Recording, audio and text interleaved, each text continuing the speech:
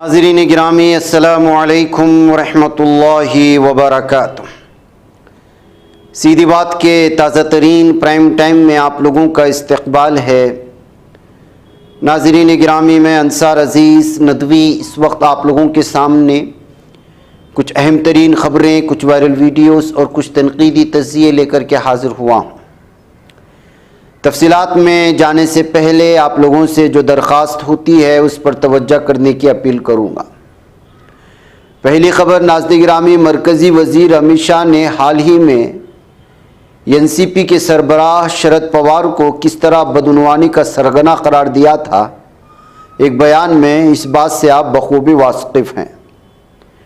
इसको लेकर के एनसीपी में नाराज़गी पाई जा रही थी, इसलिए कि शरद पवार को मोदी जी कहते हैं कि वो हमारे सियासी उस्ताद हैं, वहीं अमित शाह कह रहे हैं कि वो बदउनवानी के सरगना हैं।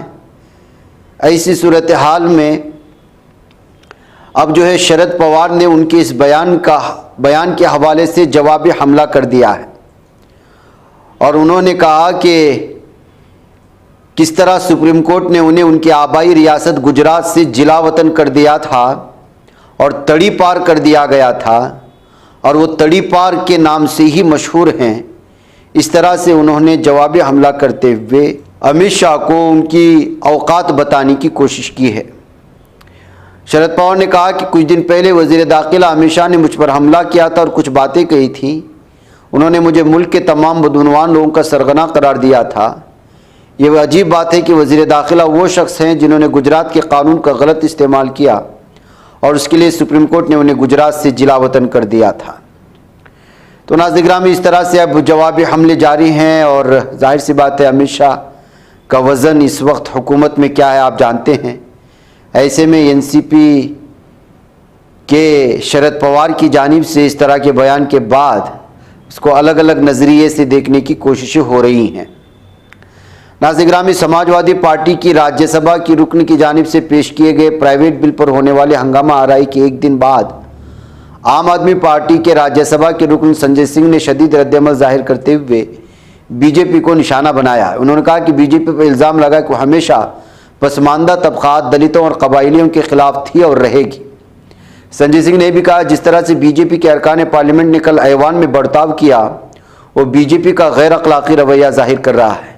कल सूरत हाल इस नहज पर पहुंच गई थी कि हमें लगा कि ऐवान में मारपीट की नौबत आ जाएगी। अगर चेयरमैन ऐवान में ना होते तो मुझे ज़दुकूब भी किया जा सकता था। उन्होंने इस तरह का बयान दिया।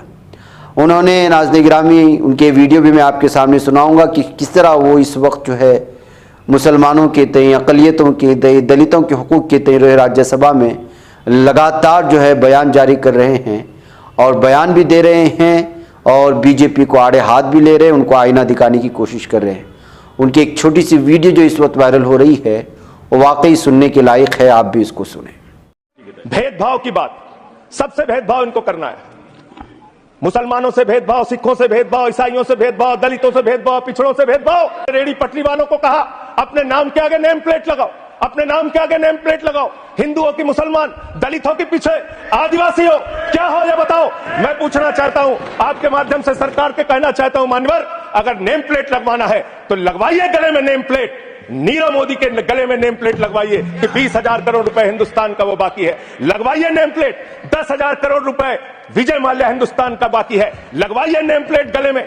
ललित मोदी के कि 3,000 करोड़ रुपए हिंदुस्तान का लूट के भाग गया, लगवाइए नेम प्लेट। मान्यवर मैं कहना चाहता हूं नितिन संदेशरा के कि वो 6,000 करोड़ रुपए हिंदुस्तान का लूट के भाग गया, लगवाइए नेम प्लेट। अडानी के कि 2.5 लाख करोड़ रुपए का कर्जा आपने एक आदमी को दे रखा है, लगवाइए नेम प्लेट उन पूंजीपतियों को जिन्होंने हिंदुस्तान की बैंकों को खाली करने का काम किया। मान्यवर नाज़रीन गिरामी, नीति आयोग में ममता का ऑडियो बंद करने की खबरें आ रही हैं। मगरबी बंगाल की वज़ीर आला ममता बनर्जी हफ्ते को नीति आयोग के इजलास से मायूस होकर वॉकआउट कर गई। उन्होंने मरकज़ी हुकूमत पर इल्ज़ाम लगाया कि वो जानबूझकर बातचीत के लिए काफ़ी वक्त ना देकर उनकी तौहीन कर रही है, जबकि मीटिंग में मौजूद एनडीए की रियासतों की वज़राए आला को मज़ीद वक्त दिया गया। नीति आयोग की हफ्ते की मीटिंग शुरू से ही तनाज़ात के मरकज़ में रही क्योंकि अपोजिशन की हुकूमत वाली रियासतों की वज़राए आला ने इम्तियाजी सलूक का इल्ज़ाम लगाते हुए पहले ही उनके बायकाट का ऐलान कर दिया था। तो जब मैं बोल रही थी तो मेरा माइक बंद कर दिया गया। ये सिर्फ बंगाल की तौहीन ही नहीं, ये तमाम इलाकाई जमातों की भी तौहीन है, ये कहते हुए उन्होंने वॉकआउट कर दिया। तो नाज़रीन गिरामी, जाहिर सी बात है कि बीजेपी इस वक्त जिस रियासतों में भी उसको नहीं है या वो जीत करके नहीं आ रही है, वहाँ किस तरह का रवैया इख्तियार कर रही है, ये तो जग जाहिर है। नाज़रीन गिरामी, दिलसुख नगर बम धमाकों के खाती मकबूल ज़ुबैर दौरान इलाज फौत होने की खबरें आ रही हैं। जी हाँ, ज़राए के मुताबिक महाराष्ट्र नांदेड़ के 44 साला सैयद मकबूल ज़ुबैर को साल 2013 में दिल्ली की एक अदालत ने उम्र कैद की सज़ा सुनाई थी। मकबूल ज़ुबैर को साल 2013 में दिलसुख नगर बम धमाका केस में गिरफ्तार किया गया था। इस वाक़े में 18 अफराद हलाक और दीगर 130 ज़ख्मी हुए थे। इसके अलावा 2006 और 2007 के सिलसिलावार बम धमाकों में मुलव्वस होने का इल्ज़ाम भी इन पर आयद किया गया था। निज़ामाबाद और अफजलगंज के कत्ल के वाक़यात में अदालत ने इसे सज़ा सुनाई थी। एनआईए की टीम ने दिल्ली से ट्रांसिट वारंट पर नवंबर 2023 में इसे चिल्लापल्ली सेंट्रल जेल मुंतकिल किया था और चंद दिन से वो बीमार बताए जा रहे हैं और इलाज के दौरान कल रात उनके फौत होने की खबरें सामने आ रही हैं। तो इस तरह से बम धमाकों के खाती माने जाने वाले सैयद मकबूल ज़ुबैर के जो कत्ल और इक़दाम कत्ल केस में उम्र कैद की सज़ा थी, इस दरमियान में उनके फौत होने के अलग अलग तबसरों के साथ एक खबर शेयर की जा रही कि क्या वाकई इलाज के दौरान मौत हुई या कुछ और मामला था। इधर नाज़रीन गिरामी, पुराने शहर में ख़वातीन के साथ छेड़खानी करने की कोई ना कोई वीडियो सामने आती रहती है। हैदराबाद के पुराने शहर सुल्तान शाह इलाके में एक नामालूम शख्स ने दूसरी बार एक खातून और उसकी बेटी के साथ बदतमीज़ी की कोशिश की। खातून की चीखो पुकार पर मकामी अफराद ने नामालूम शख्स का ताक़ुब किया, मगर वो बाइक चलाते हुए फ़रार हो गया। ताहम इस मुलजिम की तस्वीर वहाँ मौजूद CCTV कैमरों में कैद होने की बात सामने आ रही है। सुल्तान शाह इलाके में आज एक 30 साला खातून अपने मकान के बाहर दोपहर में कपड़े सुखा रही थी कि एक अचानक अजनबी बाइक पर वहाँ पहुँचता है और खातून का मुँह दबाकर उससे बदतमीज़ी की कोशिश करता है। बताया जा रहा है कि मुलजिम खातून के चेहरे पर नामालूम महलूल का स्प्रे करने की कोशिश कर रहा था कि खातून ने चीखो पुकार करना शुरू कर दी। चीखो पुकार पर मकामी अफराद वहाँ जमा हो गए और अजनबी को पकड़ने की कोशिश मगर बाइक पर फरार हो गया। मकामी अफराद ने कुछ फासले तक इसका ताक़ुब भी किया मगर उनके हाथ नहीं लगा। तो नाज़रीन गिरामी, इस तरह से जो है इस वक्त अलग अलग अंदाज में मन घड़त खबरें, अलग अलग तरह की चीज़ें फैला कर के वैसे भी शहर हैदराबाद का माहौल ख़राब करने की कोशिश होती हैं। ऐसे में इस तरह की वारदात पेश आना और वो भी ख़वातीन के साथ पुराने शहर में इस तरह से बदतमीज़ी करना, आखिर कौन सी ये दुश्मनी है या कोई ज़ाती मामला था, इस बात को लेकर के पुलिस तहकीक करने की बात कही है। नाज़रीन गिरामी, बरतानिया आलमी अदालत से नेतन्याहू के वारंट के ख़िलाफ़ दरख्वास्त से दस्तबरदार हो चुका है बरतानिया, और इसराइल को एक बहुत बड़ा धचका लगा है। आपको मालूम होना चाहिए कि बरतानिया आलमी अदालत में इसराइली वज़ीर-ए-आज़म नेतन्याहू और वज़ीर दिफा योव गैलेंट के वारंट की दरख्वास्त को चैलेंज करने से दस्तबरदार हो गया। गैर मुल्की खबर रसा एजेंसी के मुताबिक तर्जुमान बरतानवी वज़ीर-ए-आज़म का कहना है कि हमारा मौक़िफ़ वाज़ेह है कि अदालत का मामला है, लिहाजा वही फ़ैसला करेगी। बरतानवी वज़ीर-ए-आज़म सर कीर स्टारमर के तर्जुमान का मज़ीद कहना था कि आलमी और मुल्की सतह पर कानून की हुक्मरानी और इख्तियारात की मुंतकिली पर यकीन रखते हैं। आपको मालूम होना चाहिए कि चीफ प्रोसिक्यूटर ICC करीम खान ने मई में इसराइली वज़ीर-ए-आज़म और वज़ीर दिफा योव गैलेंट के गज़ा जंग के दौरान जंगी जराइम में मुलव्वस होने पर उनके वारंट की दरख्वास्त की थी। इसके अलावा ICC के चीफ प्रोसिक्यूटर ने फ़िलिस्तीन की मुज़ाहमती तंजीम हमास की 3 रहनुमाओं के वारंट के लिए भी ऐसी ही दरख्वास्त दी है।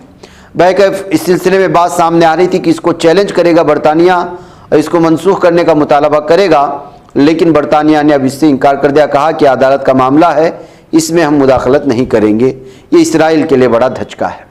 उधर मकबूजा बैतुल मक़दिस शहर में इसराइली जालिम दहशतगर्द सहयूनी दरिंदों के साथ झड़पों में मुतादिद फ़िलिस्तीनी शहरियों के ज़ख्मी होने की मज़ीद खबरें आ रही हैं, जबकि मगरबी किनारे की शिमाली वस्ती शहरी जिनीन और रामल्ला में बड़े पैमाने पर जालिम दहशतगर्द सहयूनी दरिंदों ने और इन जहन्नमी कुत्तों ने छापे मारे हैं और घर घर तलाशी के दौरान लूट मार मचाई है और फ़िलिस्तीनियों पर जुल्म सितम के पहाड़ तोड़े हैं।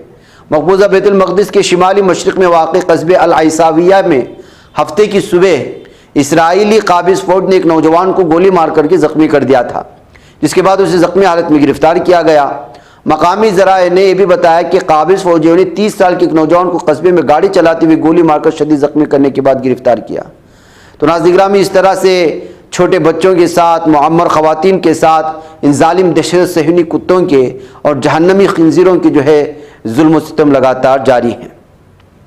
उधर 75 अमरीकी तंजीमों की जानिब से इसराइल को असलहा की फराहमी बंद करने का मुतालबा किए जाने की खबर सामने आई है। इन तंजीमों ने हफ्ते के रोज़ एक मुश्तरका बयान में कहा कि मुस्तकिल जंगबंदी का तकाजा है कि वाशिंगटन असलहे के भाव को ख़त्म करके जालिम दहशतगर्द इसराइली काबिज़ वज़ीर आज़म बेंजामिन नेतन्याहू पर दबाव डाले। बयान में भी कहा गया कि नेतन्याहू की हुकूमत ने इंतबाहात का जवाब नहीं दिया और गज़ा की पट्टी में तकरीबन 40,000 फ़िलिस्तीनी, जिनमें 15,000 बच्चे शामिल हैं, को शहीद करने के लिए अमरीकी हिमायत और हथियारों का इस्तेमाल किया गया है। बयान में इस बात पर भी जोर दिया गया है कि ऐसे वक्त में अमन के लिए काम करने का दावा करना मुमकिन नहीं है जब ऐसे हथियार भेजे जा रहे हों जो फ़िलिस्तीनियों की नस्लों को मिटाने और मजालिम को अंजाम देने के लिए इस्तेमाल किए जा रहे हैं। नाज़रीन, में आपको मालूम होना चाहिए कि गुज़श्ता 24 घंटों में भी मज़ीद मुख्तलिफ इलाक़ों में जालिम दहशत सहनी दरिंदों ने हमले किए हैं, जिसमें कई फ़िलिस्तीनी शहीद हुए हैं। बच्चे और ख़वातीन बड़ी ज़ख्मी हालत में हैं, जिनकी वीडियोज़ देखना एक इंसान के लिए नाकाबिल बर्दाश्त है। नाज़रीन, आज उत्तर प्रदेश के बलिया में और बहुत ही ख़तरनाक और दिलदोज़ हादिसा पेश आया है और अफसोस का मकाम यह है कि सब के सब तलबा हैं। ये स्कूली बच्चों से भरी पिकअप एक ट्रक से टकरा गई थी NH-31 में। तसादुम इतना ज़ोर का था कि हादिसे में स्कूल के 10 से ज़ायद बच्चे बहुत बुरी तरह से ज़ख्मी हुए हैं। एक बच्चा दम तोड़ गया है और ज़ख्मी को अस्पताल दाखिल कराने का यह सिलसिला जारी है। ये तस्वीरें बहुत भयानक हैं, वीडियो आपको दिखा नहीं सकते, लेकिन इस हादिसे की अंदोहनाकी को आप इन तस्वीर के ज़रिए से समझ सकते हैं। मज़ीद इस सिलसिले में तफसीलात आनी बाकी हैं। नाज़रीन गिरामी, किस तरह से यूपी में बीजेपी के MLA दादागिरी करते हैं और किस तरह से पुलिस अफसरान को या सरकारी अफसरान को भी वो किस तरह धमकियां देते हैं, उसकी एक ताज़ा मिसाल इस वक्त जो है बलिया से आई है। बीजेपी MLA और उसके सपोर्टर्स ने एक वुमेन ऑफिसर्स जो फॉरेस्ट डिपार्टमेंट में थे, इस मामले में जो है उससे न सिर्फ धमकी देने के बल्कि धक्का मुक्की करने का इल्ज़ाम जो लगाया है। बताया जा रहा है कि बंदी के बीजेपी MLA केतकी सिंह ने उनके साथ ये बदतमीज़ी की और उनको जो है हरासा करने की कोशिश की उनके सपोर्टर्स ने। इस सिलसिले में जो है पुलिस ऑफिसर ने इस वक्त जो है इसका बयान जारी किया है, आप खुद उसको सुन सकते हैं। आपके कार्यालय पर क्या हुआ था, किस तरह की कार्रवाई हुई और कौन लोग आए थे? मैं क्षेत्रीय वन अधिकारी मनियर सरिता गौतम हूँ और जन सुनवाई में शिकायत मिली थी कि मनियर रेंज में सतीश सिंह की अवैध आरा मशीन चल रही है और मुझको जांच करने के लिए बोला गया। तो मैंने उस एवज पे SDO मैडम से और DFO साहब से सहयोग मांगा प्रवर्तन दल का कि बिना उसके कार्य नहीं हो पाएगा। तो SDO मैडम के DFO साहब ने इसमें अपना आदेश भी दिया और SDO मैडम के निर्देशन में हम लोग गए, मौके पे गए। वहाँ सतीश सिंह की आरा मशीन मौजूद थी। हम लोग वहाँ पे उनकी आरा मशीन खोल के ले आए। वहाँ पे भी असंवेदनशील माहौल क्रिएट किया गया कि गेट बंद कर दो। किसके द्वारा? जो वहाँ के लोकल लोग थे, काफी 20-25 लोग आ गए और वहाँ जबरदस्ती फोन पे कहने लगे कि आप बात करिए। तो हम लोग मना कर दिए कि नहीं, जो काम करने आए वो करेंगे, उसके बाद ही कोई बात करेंगे। तो वहाँ पे गेट बंद करने का आ गया कि गेट बंद कर दीजिए, उसके बाद देख लिया जाएगा। इस तरह का माहौल क्रिएट हुआ और हम लोग फिर उसके बाद वहाँ से लेके, क्योंकि वहाँ माहौल ठीक नहीं था, मौजूद थे वहाँ पे SHO मनियर भी अपनी टीम के साथ। मैंने पहले उनको बोल दिया था, वो भी उनका सहयोग प्राप्त हुआ मुझे, लेकिन वहाँ माहौल सही नहीं था। तो उसकी वजह से हम लोग फिर वहाँ से सीधे प्रभागीय निदेशक महोदय के कार्यालय में आए। जैसे ही यहाँ आए हम लोग तो माननीय विधायिका जी जो बांसडी की हैं वो और उनके कार्यकर्ता यहाँ पे घेर लिए और अपशब्द बोलना, उनके कार्यकर्ता ने बोला, माननीय विधायिका जी ने कुछ नहीं बोला इस तरह का, उनके कार्यकर्ताओं ने हम लोग को अपशब्द बोलना शुरू कर दिया। उल्टे सीधे जो है ब्लेम लगाने शुरू कर दिए और बोली कि चलिए गाड़ी में बैठिए और चलिए आपके पूरे डिवीजन का हम वृक्षारोपण की जांच कराएंगे।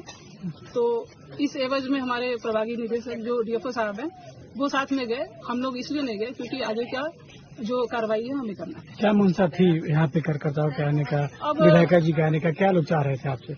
अब इस तरह का कोई प्रत्यक्ष रूप से तो उन्होंने नहीं बताया कि उनकी मानसिकता क्या थी, लेकिन इस तरह का विरोध प्रदर्शन जो हो रहा है। नाज़रीन में बाज़ दफ़ा कुछ ऐसे वीडियोस आते हैं जिस पर तबसरा ज़रूरी हो जाता है, जैसे कि वीडियो इस वक्त आप देख रहे हैं। तस्वीर के हवाले से मैं बताऊंगा, वीडियो दिखा नहीं पाएंगे। वजह इसकी ये है कि इसमें मारधाड़ की चीज़ है। दरअसल एक सिख को कुछ गोरों ने, बल्कि बैरून ममालिक का है, यूरोप मुल्क का है, वहाँ पर एक कि क्यों वो टर्बन पहना है, पगड़ी पहना है, और पगड़ी पहनने की वजह से उसके पैरों में गिड़गिड़ा कर माफ़ी मांगे, इस तरह की ज़बरदस्ती कर रहा था। जाहिर सी बात है, सिख है, और उसने जो है 1 से 2 मरतबा उसको समझाने की कोशिश की, नहीं समझा तो फिर वो अपने तरीके पर समझाने पर आ गया। और ये वीडियो इस वक्त जो है अलग अलग अंदाज में तबसरों के साथ शेयर की जा रही है, यहाँ तक कि गोरा नीचे पड़ करके भागने पर मजबूर हो जाता है। सोशल मीडिया में इस वीडियो की धूम है, और फिर जो है इस वक्त सिख बरादरी जिस तरह पूरी दिलेरी के साथ इस तरह के बदमाशों के साथ या फिर शरपसंद अनासिर के साथ वो निमटते हैं, उस पर तबसरे किए जा रहे हैं। नाज़रीन, मुझे इजाज़त दें। अस्सलामु अलैकुम रहमतुल्लाहि व बरकातुहू। बच पाता है कोई सहाफ़ी की निगाहों से, मिलाता है ये लोगों को मोहब्बत की पनाहों से।